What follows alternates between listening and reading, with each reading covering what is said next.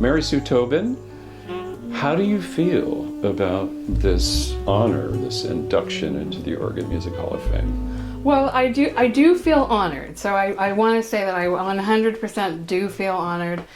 It's not something like that I was gunning for, you know, like one day I'll be in the Oregon Music Hall of Fame. I just did what I've always done, which is just be a musician and be part of this community. Terry Currier has been telling me for years, like, you should be in the Hall of Fame. And I'm always like, no, you know, like, nope.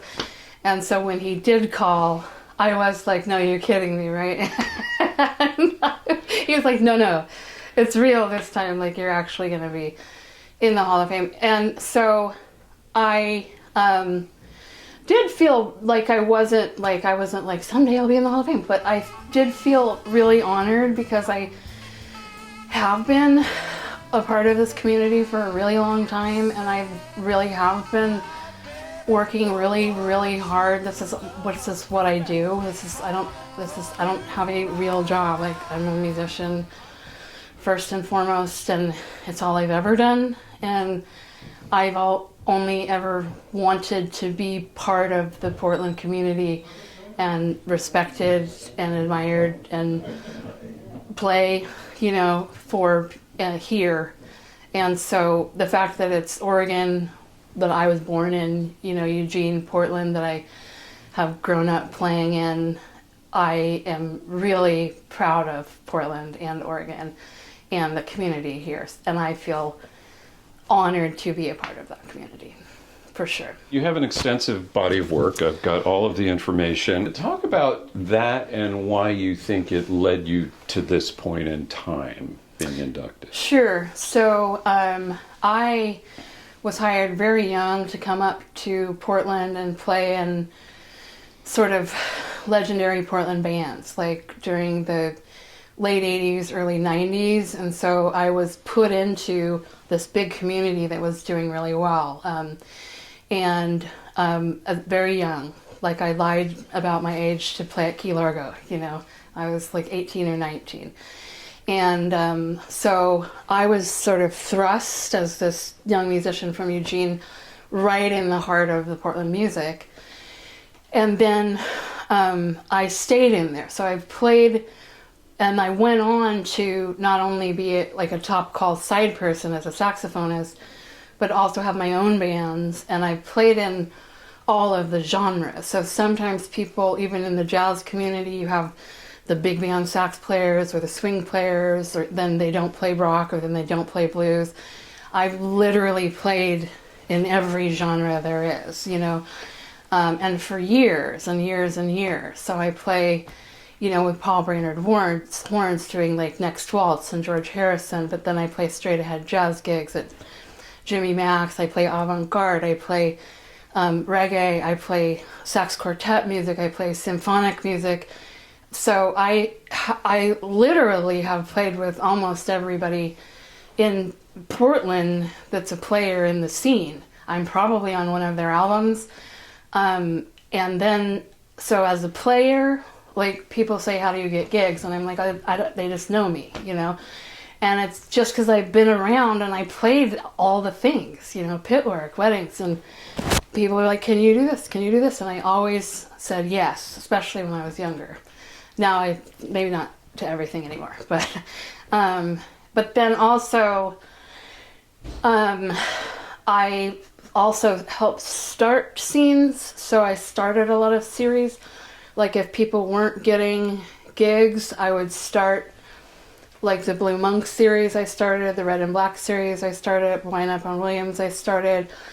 And I did all the work for that. I booked everything. I was at the door. I did the posters for no money, just so me and my friends could have a cool scene, you know, when we weren't out working for side gigs, which we liked, but we also wanted to do our own music. So I started a lot of those, and that's how people knew me. And then from there, like I was asked to save Cathedral Park when it was going under. So I did that. So, and it was really hard. And then I turned it over to Jazz Society. So people still call me and like, are you doing Cathedral Park? And I'm like, no, thank God. But then I do programming, and I start programming for PDX Jazz so that more local people can have more places to play. Not just me and my friends, but I've been a constant advocate for the great local talent that we have here. So I started local series for PDX Jazz.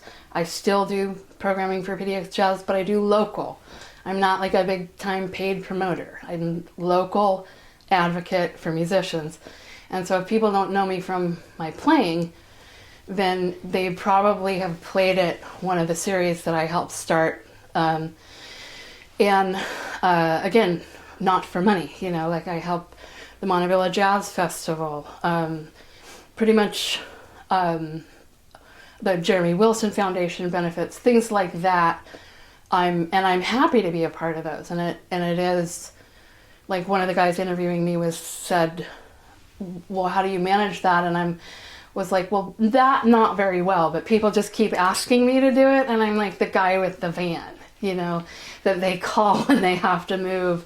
I'm that person. So as far as the community advocacy goes. And then for playing, lots of people know me because they're like, I've seen you. And it's true. You've probably seen me on tiny little club stages. You've seen me on big stages, you know, because it's all I do. Like, that's my life. So, yeah. As you know, the Oregon Music Hall of Fame Yeah. is very involved in music education. Which is fantastic. Talk about that. So I didn't go like the band teacher route, because I was playing gigs and I can't get up at 7 in the morning to go teach all those gigs, you know. But I have maintained my own studio. I've been taught by great teachers, and like that lasts your whole life. A bad teacher can totally mess you up, and a good teacher can change your life forever. So the good teachers that I've had, I feel a huge responsibility for education. So I have taught privately for years and years and years, and it's something that I take very seriously, and something that I, even though I'm not like a band teacher or a college professor, I've maintained my own studio and I've tried to give back what's been taught to me. And I think that a good education can mean the world to a kid. So the fact that OMHOF is doing this and supporting music education, and I've also developed curriculum for Montebello Jazz to take to schools to talk to 4th and 5th graders about why should you even care about jazz. And there's a lot of reasons. It's an American art form. It has a lot of sociological, maybe I can't talk about that anymore, you know, but it has there's a lot of issues that go along with America and how it was built and came up, and with racism and women being in music. You know, if I go into the schools and I'm like, oh, I wouldn't have been allowed to tour with big bands back in the day. And the kids are like, what? You know, so the fact that they are learning history and how America grew and was desegregated, and oh, now women can be in bands, but it's still not very common because it wasn't, you know. And the fact that girls can get education, you know, a lot of times they would put the girls on flutes, you know, and clarinets, and not saxophones, not drums, you know. And I think that those things and those mindsets can be changed by good teachers and good education. And kids that are too poor to have instruments, for some kids it's their one joy is going to band class, you know. And for some kids that I teach, it's the one thing that brings them happiness. And I would say, like, that is also part of being a musician, but it's also part of educating people, because you're tangibly helping people bring joy to their lives, you know, whether it's listening to you or you teaching them. And I take all of that with a lot of responsibility. You know, I don't think it's a small thing. I think that people go to work and they do their 40-hour job, and then what do they do on the weekends for their own, to spend their money that they worked so hard at to go and see music and hear you. And so what a great job. People are like, oh, what a great job you have. But it is hard too. And it's, I think, easier with, you know, good gear, good education. You don't have to be a college jazz player. But if you have some teacher along the way, even people that don't read music, they had a mentor that taught them stuff that's not out there, you know. And so yes, while I'm not a traditional, you know, professor or high school band director or whatever, I go out to the schools. People call me all the time. Band directors call me. They want their saxophone section to see that this is a reality. Like, this is what people do in the world. Like, I do this. They want the girls to see that a woman can make it in the music industry doing whatever they want to do, you know. And so I do all that all the time. I do clinics. I judge the festivals and try to be a cool judge in the sense of trying to look for things that people are doing right, you know. And seminars. And sometimes one of the bands that I'm in for a long time is the Quadrophones, which is an all-female sax quartet. And I have to say, you know, not all the bands I play in are all women. And it's not something that I set out to do.